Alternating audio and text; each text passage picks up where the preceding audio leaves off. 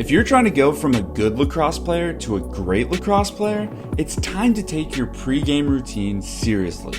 This is everything you do 24 hours before your game, and it can have a direct impact on how you play. As the saying goes, if you fail to plan, you are planning to fail. And today I want to show you everything you need to focus on to plan your perfect pregame lacrosse routine. By the end of this video, you're going to know exactly what you need to do to make sure you're performing 100% when it's time to step onto the field. I'm Jake with Lax Weekly. I'm really excited for this one. Let's get into it. So for this video, we're going to make a pregame routine for a lacrosse game that starts at 7 p.m. on a Friday. Obviously adjust as needed if you have a game at a different time. So let's rewind 24 hours to Thursday night around 7. This is the start of your pregame routine, and you want to focus on putting yourself in the best position to succeed.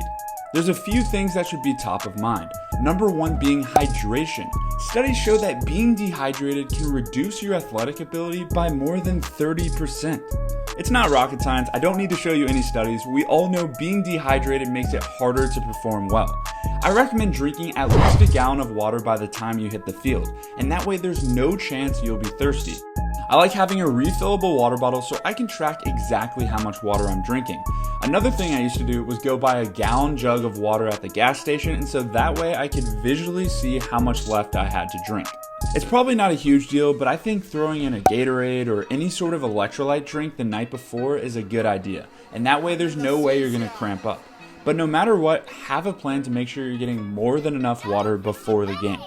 So now that you have hydration out of the way, the number two thing you should focus on is food. The meal you have tonight can have a direct impact on how you're feeling tomorrow. Now I see some people trying to force down loads of spaghetti to carb up, but in my opinion, I think the best thing you can do is just have a normal meal. Something like chicken or steak with rice or pasta. You just want something that's going to sit well and isn't very greasy like fast food. Okay, so now it's 8 p.m. and you have your food and water out of the way. This is where the pregame routine really gets interesting. So right around now is when I like to have my stick dialed in and feeling perfect for tomorrow. If you have a wall or a bounce back, bring your helmet and gloves and start doing some wall ball. Pick a spot on the wall and make sure you're hitting that thing perfectly. You don't want to tire yourself out, you just want to make sure that you have confidence in your stick. This is a time to adjust your shooting strings or pocket if anything is going wrong, because that's the last thing you want to worry about tomorrow. And honestly, now is a good time for a quick stick check. Make sure your pocket is legal, it's not too deep, and make sure your head isn't too pinched. You want to be able to pick up your stick tomorrow and go. Okay, so now it's 9 p.m. and this would be a good time to start thinking about the game tomorrow. What is going to help you feel prepared? For me, I love spending 10 to 15 minutes watching film, either on my matchup or a YouTube video of a player who I wanted to emulate. This would be a good time to practice visualization. This is when you imagine yourself playing the game tomorrow. Picture yourself walking out onto the field. What is it going to be like to catch your first pass? Picture what dodge you're going to do when you start the game.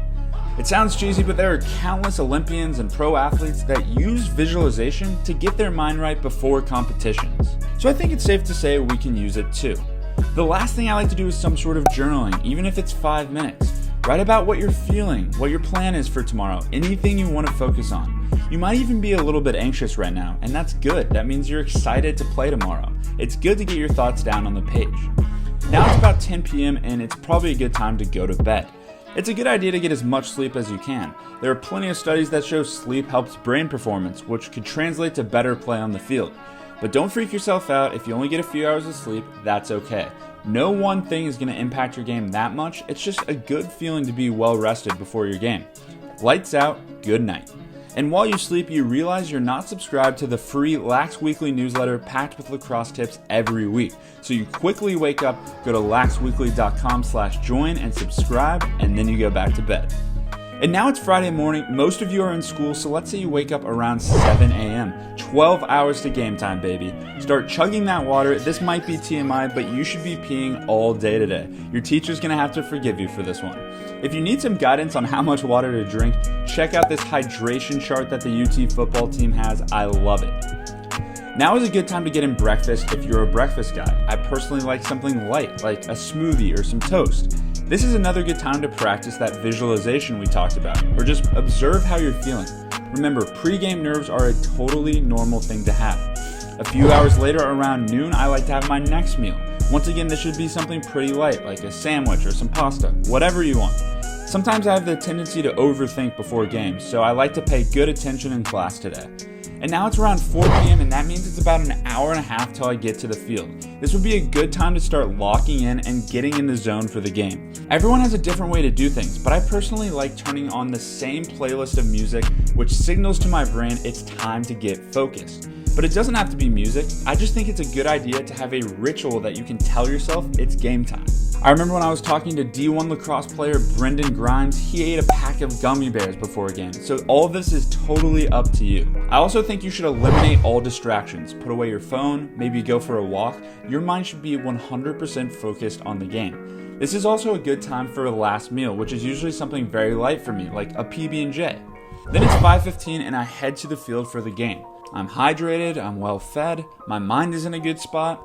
I do my warm-ups with my team, I do my stretches, and I play the game. Now here's my best advice. The point of a pregame routine is to just help you feel prepared for a game, but do not freak yourself out if your pregame routine isn't perfect. At the end of the day, if you're a good lacrosse player, you're gonna play well in the game. So if you don't hydrate or sleep perfectly, it doesn't mean you're gonna perform badly. And I also really encourage you to experiment. Try out different meal times, different sleep, different wall ball routines, and see what works best for you. Over time, you can craft a perfect pregame routine that suits you well, and everyone's routine should look a little bit different. Like I said, come join the newsletter for even more lacrosse tips and advice just like this, and let me know in the comments what you'd like to see next. My goal is to help all of you become a better lacrosse player. This is Jake with Lax Weekly. I hope you have a fantastic day. I'll see you next time.